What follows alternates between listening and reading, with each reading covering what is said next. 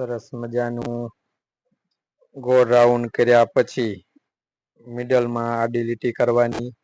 આડી લીટી કર્યા પછી આપણે આ પહાડ ટાઈપ થોડું કરી નાખ્યા પછી હવે આપણે અહીં સરસ મજાનું એક નળિયાવાળું મકાન બનાવીશું, જે ગામડામાં હોય છે. સરસ મકાનનું બારણું બારી બનાવી હવે ઉપર આપણે નળિયાનો શેપ આપી દઈશું.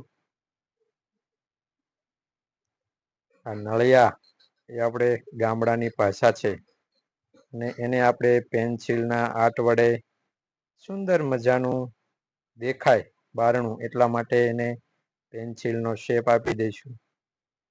ને આખું ચિત્ર બન્યા પછી સરસ લાગશે. અને આવા જ વિડીયો જોવા માટે અમારી સ્કૂલ ટાઈમ ગાબુ યુટ્યુબ ચેનલને લાઈક, શેર અને સબસ્ક્રાઈબ કરો, જેથી કરી આવા જ સરસ મજાના ચિત્રો તમને જોવા મળે. હવે આપણે બનાવીશું નાળિયેરી. આ નાળિયેરીને બનાવ્યા પછી એના પાંદડા બનાવી લઈએ. પાંદડાને સરસ મજાનો આકાર આપી દઈશું. આકાર આપ્યા પછી તેને સરસ નાળિયેર પણ ટીંગાડી આપશું, કેમ કે નાળિયેરી છે તો તેની સાથે નાળિયેર પણ હોવા જોઈએ. એટલા માટે નાળિયેરી બનાવ્યા પછી આપણી પાસે જે સિક્કો હોય રૂપિયાનો, 2 રૂપિયાનો, એના ઉપયોગ કરીને આપણે સરસ મજાનો સૂરજનું ચિત્ર એક આકાર આપી દઈશું. અને આ સુંદર સૂરજ દાદાને આપણે તેના કિરણો, પ્રકાશ ફેલાવે. સૂરજનું કામ શું છે? તો કે પ્રકાશ ફેલાવવો. તો આપણે તેને સરસ મજાના પ્રકાશના કિરણોનું સ્વરૂપ આપી દઈએ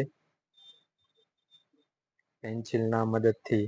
આવા જ તમને અવનવા ચિત્ર જોવા મળશે. આ સરોવર છે, નદી ટાઈપ છે, તો તેમાં પણ સૂર્યનો પ્રકાશ દેખાય, ચમકાટ દેખાય. એવી રીતે આપણે એને પેન્સિલ થરુ સરસ મજાનું પાણીનું સ્વરૂપ પણ આપી દઈશું.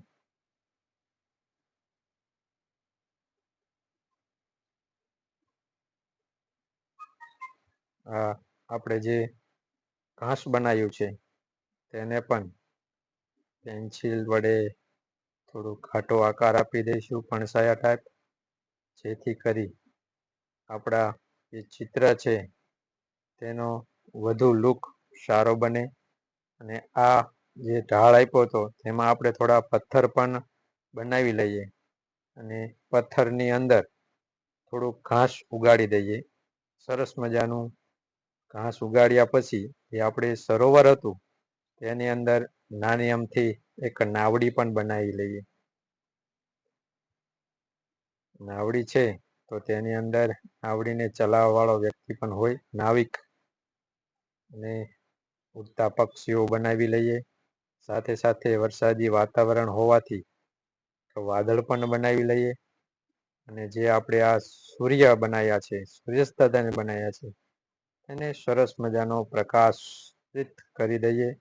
આપણે આંગળીના ટેરવેથી એને સરસ મજાનું ઘસી નાખીએ તો આપણું પેન્ટિંગ છે, એ આપણું ચિત્ર છે, એનો લુક કંઈક સરસ મજાનો થઈ જશે.